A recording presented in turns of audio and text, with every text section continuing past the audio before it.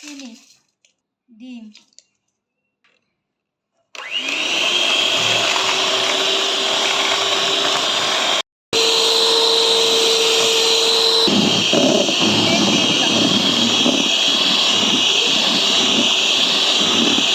অল্প অল্প করে ময়দা দিয়ে দিব। আলতোভাবে মিক্স করতে হবে, জোরে মিক্স করা যাবে না। জোরে জোরে মিক্স করলে কেকটা হার্ড হয়ে যাবে। মিক্স করা শেষ হয়ে গিয়েছে, এখন আমরা মোল্ডে নিব। ট্যাপ করে নেই, সামান্য কিশমিশ দিয়ে দিলাম। আজকে আমার ছেলের বার্থডে, তো ওর জন্য একটা কেক আগে দিয়ে নিয়েছি।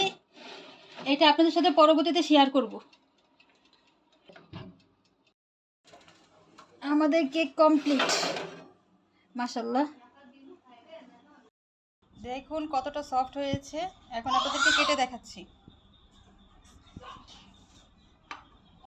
দেখুন কত সফট, এই যে